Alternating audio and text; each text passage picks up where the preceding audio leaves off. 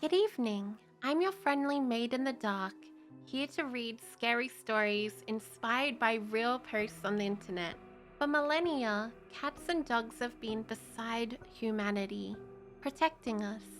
There are many unknown things in this world, and our pets seem somewhat connected to the unseen.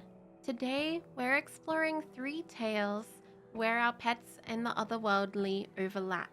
Please enjoy. I've been living in rural Ohio for about a year now, tucked into the quiet patchwork of woods and cornfields with my husband Jake. Since we moved here, I've unintentionally become the neighborhood's designated crazy cat lady. Not because I have dozens of cats. No, it's more that I feed every stray I come across, like a feral-friendly soup kitchen that opens at dusk. My deck is also decorated with plenty of cat furniture, such as scratching posts and pet beds for the strays to enjoy freely. You learn quickly that the countryside is less forgiving than it looks. People toss animals away here like trash. Dogs, cats, even rabbits sometimes. There are no shelters, no second chances. I can't take them all in, but I try to ease the burden. I feed them, brush the ones that let me, take the friendliest strays for vaccines. I've probably made friends with 15 of them, maybe more since many are borderline feral and scamper away at the very sight of me. It fills my heart to help them in some way. Someone has to. My life is rhythm now. I work a 7 to 3 shift, come home, clean, feed the pets, indoor and out, make dinner for Jake before his night shift. Then I sink into the couch with TV and console games. Jake and I pass like ghosts in a haunted house, ships in the night. His work, my hours, our schedules, they barely kiss each other. But that was just how it was. Yes, it could be lonely, but maybe that's why I took care of all of those animals, to feel less alone.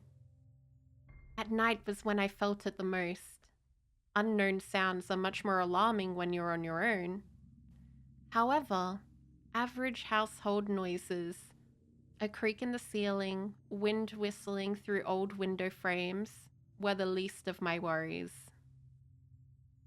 It was about 6 days ago when I first heard it. I was on the couch, half watching a hoarding documentary, when something heavy dragged across our porch. Not a rustle, not a scratch, a drag. Bella, our precious Staffordshire Terrier, looked up from her slumber. And trust me, not much wakes her once she's out. The sound froze me in place. I muted the TV and leaned forward, straining my ears. Silence. I crept to the window, one of those big front-facing ones where the curtain never fully covers the glass. Nothing. The porch was empty.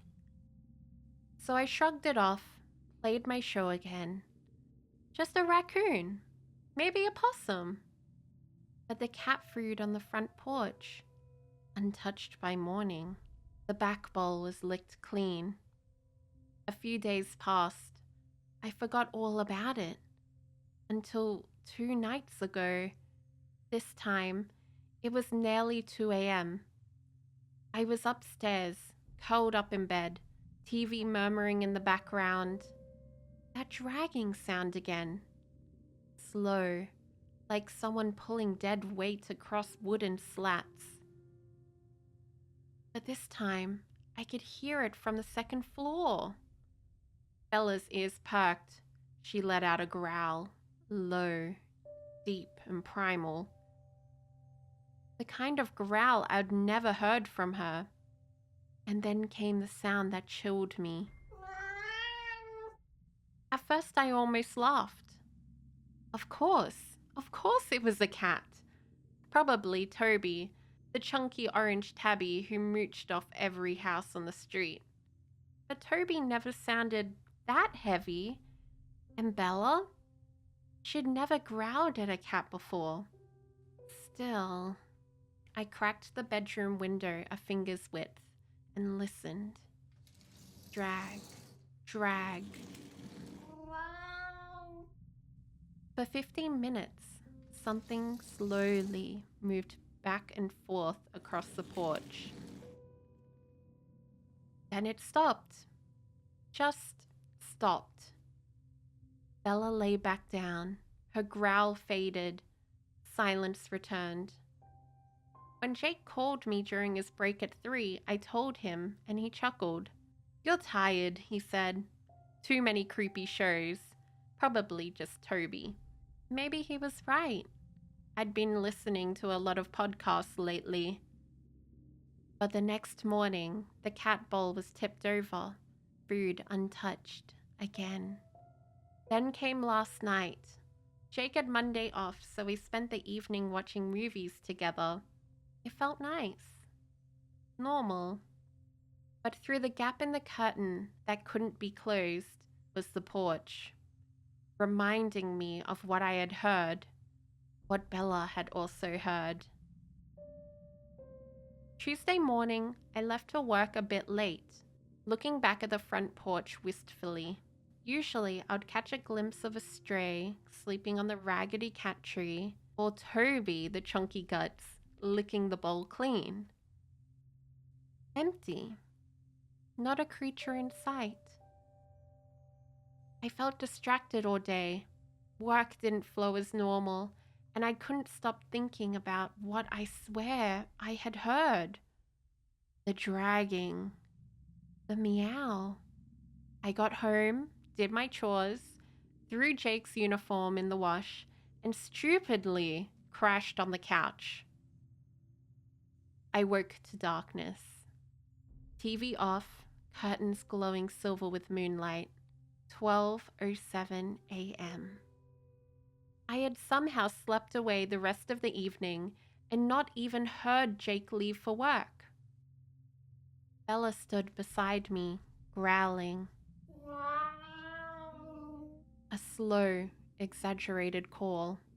It was almost too perfect. My eyes drifted to the uncovered sliver of the window by my feet.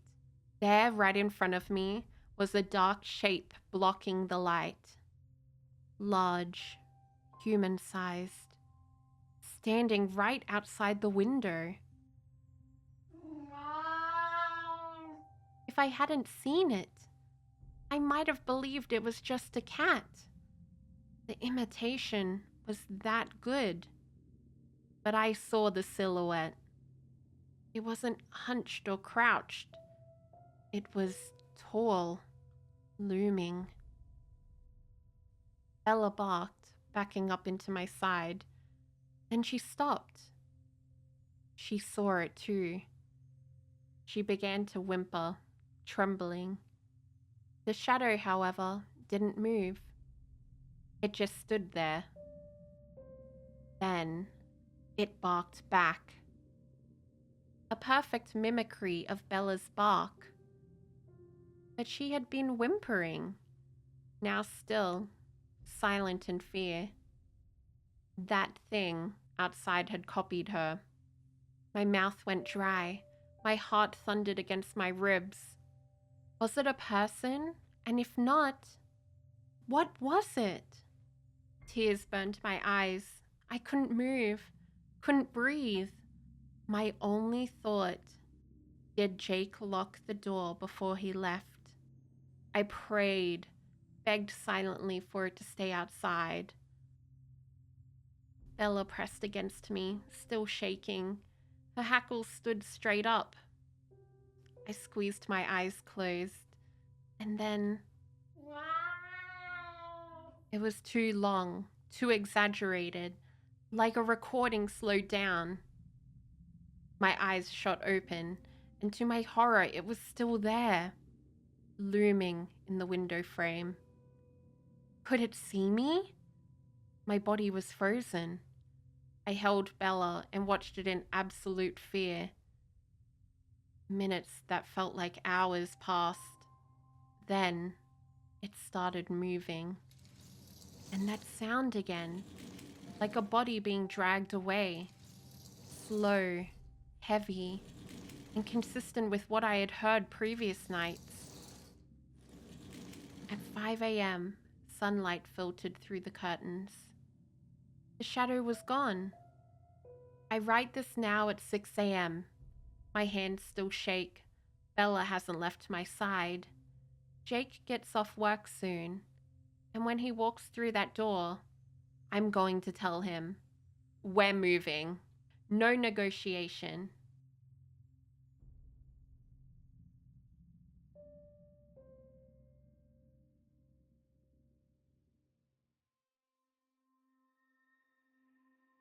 I used to live in the back country of Kentucky. You know the type. Thick woods, wild animals, a kind of haunting beauty that sinks into your bones. It was peaceful, mostly. My family built our house from the ground up and included a garden, chicken coop, rabbit hutches, and a pig pen nestled on 6 acres of land. Secluded, quiet. The nearest town was about 30 minutes away. It was our little pocket of solitude. Our 2 Pyrenees dogs guarded the livestock, while my dog Karma, a German Shepherd mix, stayed close to the pigs. He was my best friend, always by my side. I trusted his instincts more than my own. There was a routine to country life. When one of our animals died, it was my job to carry the carcass to the far edge of the woods, right to the property fence line. A barbed wire boundary marked with a fading "no hunting" sign. Not that it mattered. A tree had fallen over it, splitting it open like a wound. Karma always came with me, unleashed, running free. I regret that now. One evening, around 7 p.m., we discovered one of our prized roosters dead in the coop. Cookie, one of our Pyrenees, had been acting strangely. Mum insisted I take the body out back, even though I hated walking into the woods during early fall when spiders spun thick webs between the trees like traps. I slipped on the boots, grabbed a sweater, and fetched Karma. He shot out of the pen, excited for the walk, tail wagging, eyes bright. I carried the rooster in a Walmart bag as we headed down the hill into the woods. Karma led the way, stopping every now and then to wait for me. Sweet boy, always looking back to make sure I wasn't alone. I'm coming, I called to him, smiling. But something felt off. As we neared the fence, Karma didn't stop like he usually did. He kept moving, ears perked, body tense. I whistled, a sharp, high sound that always brought him back. This time, he didn't turn. His hackles rose just slightly, and then he bolted. He sprang up the fallen tree, leapt the fence like it wasn't even there, and vanished into the private property beyond. Karma! No! I dropped the bag and chased after him, stopping at the fence, heart pounding. The woods were growing dark. The frogs and crickets had begun their songs, but the daytime animals had gone silent. I stood there, calling his name over and over. Nothing. No sound. No bark. No rustle. Just nothing. I turned and ran, tears stinging my eyes, up the hill, through the garden, bursting into the house. Mom! He took off! I don't know where he is! He jumped the fence! She spun round, eyes sharp. I told you to keep him on a leash! She peeked out the windows, sunlight fading fast behind the trees. He'll come back, she said, though her voice lacked conviction. I paced. I walked the street. Our neighbor spotted me and asked if I was looking for something. I told him about Karma. He nodded but didn't say much, just slipped into his backyard. 2 hours passed, no sign of Karma.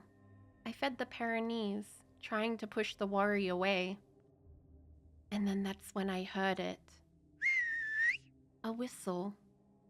Faint, high-pitched, echoing through the woods. I paused, then continued feeding the dogs. Then I heard it again, followed by a voice whispering from deep within the woods. Here, boy. Come here, boy. I froze. It didn't say Karma's name, just the same phrases I had used earlier. Mom, I stepped inside. There's someone out there, in the woods. She wiped her hands and followed me out back. We listened. Here, boy. Come back. Come here now. Mum's face went pale. Should we help? I asked, grabbing my BB gun, just in case. We stepped to the edge of the woods. Crickets, frogs, distant barking. Karma! I called. Mum joined in. And then we stopped. Something was wrong. Too quiet. The kind of quiet that sinks its claws into your chest. Here, boy. The voice echoed again. Closer this time. But we heard no footsteps. No snapping twigs. No rustling leaves. The forest floor was dry, dead leaves scattered everywhere. Yet whoever was moving out there made no sound at all. No flashlight, no name, just those same words. Come here, boy. Come here, boy. The voice croaked again, now deeper, angrier. We ran. The dogs barked furiously, growling and snarling. We darted into the house and shut off the lights. The glass door gave us a view of the backyard. Moonlight casting pale light through the trees. Mum let out a gasp and yanked the curtain shut. But I looked, and I wish I hadn't. It wasn't human. White skin, so pale it practically glowed. Sunken eyes, no nose, a face upside down. It moved like a crab, its back arched grotesquely, mouth hanging open, its tongue lolled out, slick and twitching, teeth jagged and far too many, eyes black and unblinking. Here, boy. It whispered. Come here, boy. Its head twitched, bones cracked as it turned halfway, then snapped upright again. It looked at the house, at me. My breath caught, my body refused to move. Then it stood. Its legs were normal-sized, but the torso twisted, spine crooked like a broken branch, long arms hung nearly to the ground, with sharp black nails that glinted in the moonlight. Patches of hair clung to its elbows and chest like a mange-ridden beast. It was tall, at least 8 feet, and it walked towards the house, swaying, lumbering, one hand reaching out. Here, boy. Suddenly, a flashlight bobbing through the darkness. Our neighbor. The creature shrieked, a wet, unnatural sound, and bolted back into the trees. Still, I stood frozen, eyes locked on the tree line. Was it circling around? A knock at the door made me jump. It was our neighbor, checking in after hearing the dogs. I barely heard him. I bolted for the bathroom, sick with fear. Later, Mum asked me what I saw. but I couldn't answer. She'd seen it too. Just a glimpse. Not how it moved. Not how it looked at me. At 7 a.m., our neighbor called. He said he saw Karma in his yard. I ran outside into the morning rays, and there he was. Tail tucked, eyes wide, but alive. I didn't even scold him. I just hugged him. We moved to the city not long after and tried to leave that night behind us. But the nightmares don't stop. And when I close my eyes, I can hear its voice, haunting me. So I'm writing this as a warning. If you lose your dog in the woods and hear someone calling for it, run. Run and don't look back. And for God's sake, don't look out the window.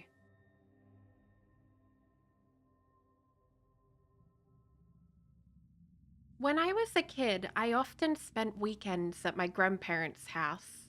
Their home, though charming in its own way, was about 100 years old. It had good bones.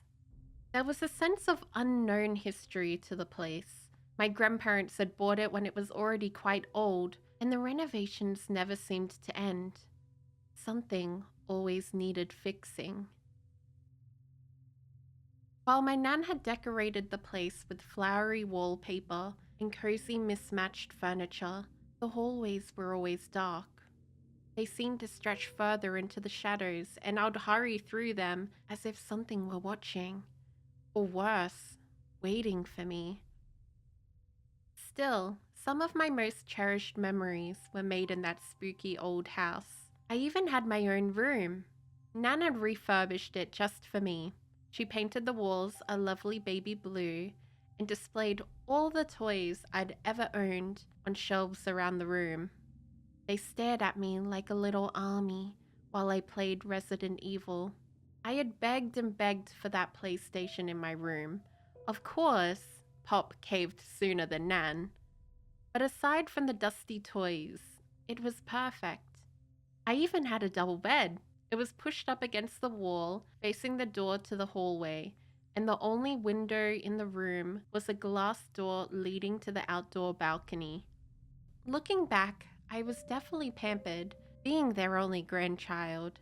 But unlimited gaming wasn't the only reason I loved to visit. My grandparents had two beautiful cats, a domestic short hair with wild markings named Milo, and a scruffy black cat named Simon. My parents didn't allow pets at home, so I like to think of them as my own.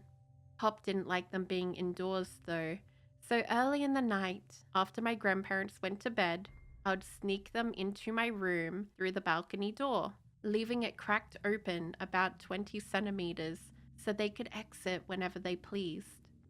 Milo was younger and loved to play, especially with chords he wasn't supposed to. Simon enjoyed the simple comforts of life. He had a specific spot at the end of my bed that he claimed immediately. During the night, they never left my bed. They curled up at my feet, warm, heavy bundles that made me feel safe. Sometimes, I'd wake up and find them already gone. Other times, I'd have to gently shoo them out the balcony door as I heard Nan shuffling in the kitchen. Surely she noticed the cat fur on the bedding, but I'm glad she never said anything to Pop. I would have been in all kinds of trouble if he found out. Sometimes at night, I would hear noises outside my bedroom door. Movement, as if someone were pacing up and down the hallway. Sure, it was an old house, and mostly wooden at that, but these noises, they weren't just the usual creaks from shifting timber or the hum of the refrigerator down the hall. This noise, it walked. They were footsteps, some soft, some heavy, a gradual pace that felt unnatural and rhythmic. And if I listened closer, I could hear it, whispering. The first time it happened, I was 14. My eyes shot open, staring into the pitch haze. I trembled, realizing what had woken me. Footsteps, back and forth. I could hear the distinct cracks in the old floorboards, as if they were standing right there, right at my door. I sat up, hoping it was one of my grandparents, and called out to them. But my voice fell flat. Another creak echoed beyond the door. I nearly jumped out of my skin when a loud thump and growl erupted from the base of my bed. It was Simon, making this awful, guttural noise that twisted my stomach. A violent shiver ran through me as my eyes adjusted, and I searched the room frantically. Milo was still at my feet, stiff with tension and bristling. He let out a low hiss, eyes fixed ahead. I looked down. Simon was facing the door, a hunched, frazzled shadow of black. Then he let out this terrifying screech, wave after wave of it, a noise so awful I almost forgot what had woken me in the first place. But then I heard it, the whisper. I wanted to scream, but only managed a pathetic whimper. I'm not sure what kind of voice I heard, but I can tell you it sounded like air, transparent and unseen. It evaporated as it reached my ears. The noise that wouldn't stop was Simon. He howled for what felt like 10 minutes, a hoarse, haunting yowl, so loud I still to this day don't understand how my grandparents didn't wake up.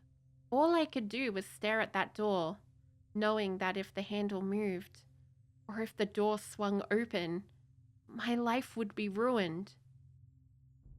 My ears rang. My chest throbbed with every wail escaping Simon. And then, silence. At that exact moment, both cats turned to look at me, eyes wide and dilated. My gaze locked onto Milo's. He was closest to me, and then followed his eyes to the cracked open door beside my bed, behind me. I closed the door. It was instinct, reflex. I didn't even think. Then I looked out into the black glass. I don't know what I expected. Maybe some risen creature with bloodshot eyes staring back. But there was nothing. Eventually, that long, dreadful moment passed, and Milo rubbed against my twisted body. I didn't dare leave the bed. I just reached out into the cold and pulled the curtain closed. Milo purred and stomped gently around my pillow before flopping down in a huff. I slid deeper into the sheets and moved away from the edge of the bed. My heart jumped as Simon leapt up to reclaim his spot by my feet. It was rare for Milo to sleep up by my head, but I welcomed it. I scratched under his chin until he gave me the classic warning nibble that meant enough. Both cats purred loudly. They seemed oddly calm. Meanwhile, I laid there, completely still, heart pounding, ears ringing, unable to shake the feeling that something or someone had tried to get into my room. Even now, I wonder what it is that the cats saw. Simon was definitely protecting me. But from what? Maybe it's for the best that all I saw was empty darkness. The one truth I couldn't escape was the sound. I heard it, moving in the hallway. And that whisper, what had it said? Or more importantly, what did it want? I didn't sleep for the rest of the night, understandably. I asked my nan about it the next morning. She kind of brushed it off, saying I must have imagined it. The way she dismissed it so abruptly made me feel like it wasn't something she wanted to talk about, so I never brought it up again. And I'm grateful to have this space to share my experience, because if it wasn't for my cats, God knows what might have happened to me. The walking happened again, on and off over the years. Safe to say, I always locked the balcony door at night, and I never called out into the dark again. Thank you for staying in the dark with me. For more scary stories, please consider subscribing and viewing more content on my channel. Until next time.